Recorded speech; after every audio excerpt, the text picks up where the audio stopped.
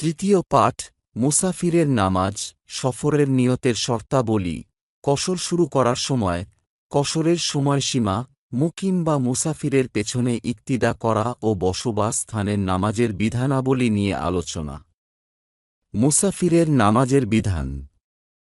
মুসাফিরের নামাজ সম্পর্কে আল্লাহ তাআলা বলেন, যখন তোমরা জমিনে বিচরণ করো অর্থাৎ সফর করো, তখন নামাজ কসর করাতে তোমাদের উপর কোনো দোষ নেই।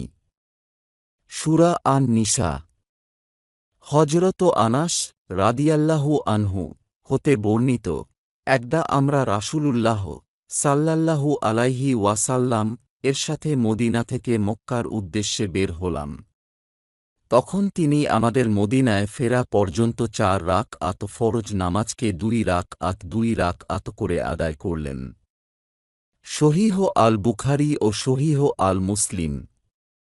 সফরে নামাজ কসর করা ওয়াজিব ও রমজান মাসে রোজা না রাখার অনুমতি প্রদান করা হয়েছে।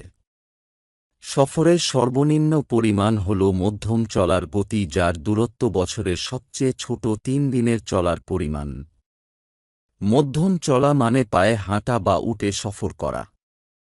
যে ব্যক্তি 3 দিনের দূরত্বকে কোনো দ্রুতগামী বাহনে অর্থাৎ বাস, রেলগাড়ি, বিমান ইত্যাদিতে চড়ে অল্প সময়ে অতিক্রম করে, তবে তার উপর কসর করা ওয়াজিব হবে। মুসাফিরের উপর কসর ওয়াজিব। যে ব্যক্তি সফরে তার নামাজকে পূর্ণ করে, তবে সে গুনাহগার হল। মুসাফির জোহর, আসর ও ইশার নামাজের কসর করবে। সুতরাং এই সব ওয়াক্তে ফরজ নামাজ 4 রাকআতের পরিবর্তে 2 রাকআত পড়তে হবে। মাগরিব ও ফজর নামাজের কোনো কসর নেই। সফরের নিয়ত শুদ্ধ হওয়ার শর্তাবলী।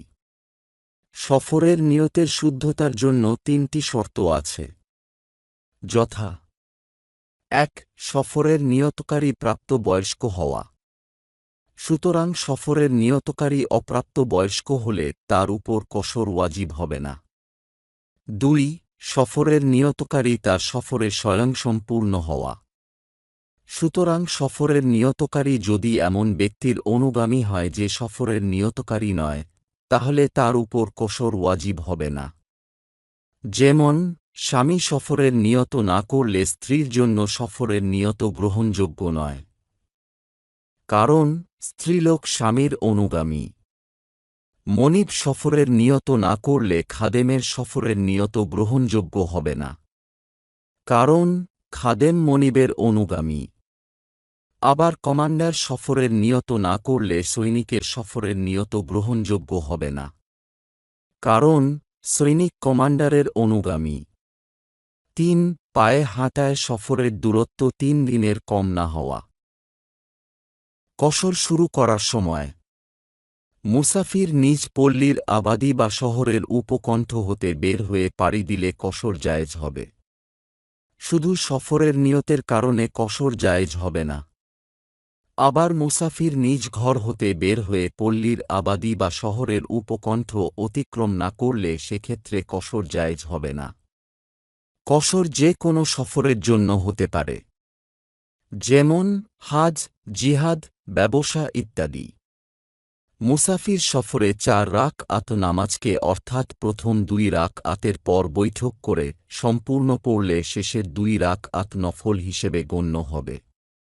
তবে সালামকে স্বস্থান হতে দেরি করার কারণে মাকরুহ হবে। সফরে কসর করা জরুরি ও ইহা কোনো সুযোগ সুবিধা প্রদানের বিষয় নয়। কসরের সময়সীমা। মুসাফির নিজ এলাকায় ফেরত আসার আগে পর্যন্ত ফরজ নামাজের কসর করতে থাকবে। কোনো গ্রাম বা শহরে 15 বা ততোধিক দিনের নিয়ত করলে কসরের বিধান রহিত বা স্থগিত হয়ে যাবে। 15 দিন কম অবস্থানের নিয়ত করলে ফরজ নামাজের কসর করতে হবে। 15 দিনের অবস্থানের নিয়ত না করে কয়েক বছর কেটে গেলে কসর করতে হবে। মুকিম বা মুসাফিরের পেছনে ইক্তিদা করা। মুসাফির বা মুকিম উভয়ের ইক্তিদা জায়েজ আছে। মুসাফির মুকিমদের ইমামতি করলে নামাজ শুরুর আগে বা শেষের পরে মুকিমদের বলতে হবে যে তোমাদের নামাজ পূর্ণ করো, আমি একজন মুসাফির। তবে ভালো হয় নামাজ শুরুর আগে এই কথা বলা ও নামাজের পরেও বলা যায়। মুকিম মুসাফির ইমামের সালাম ফিরানোর পর নামাজ পূর্ণ করবে। সে কিছু পড়বে না, বরং লাহিকের ন্যায় কিরআত ছাড়া নামাজ সম্পূর্ণ করবে।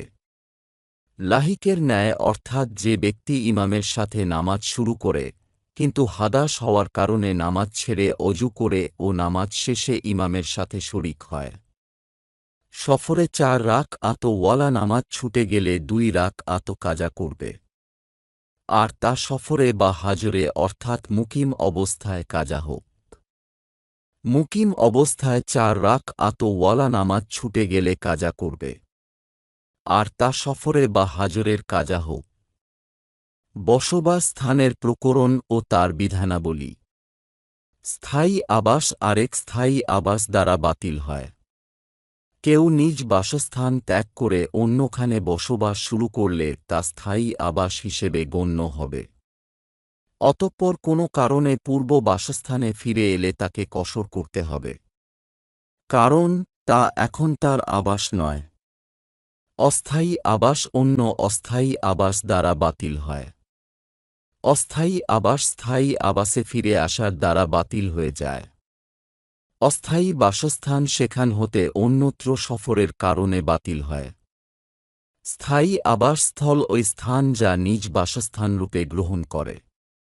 ব্যক্তি সেখানে বিয়ে করুক বা না করুক। অস্থায়ী আবাস হল তা যাতে 15 বা ততোধিক দিন অবস্থানের নিয়ত করে।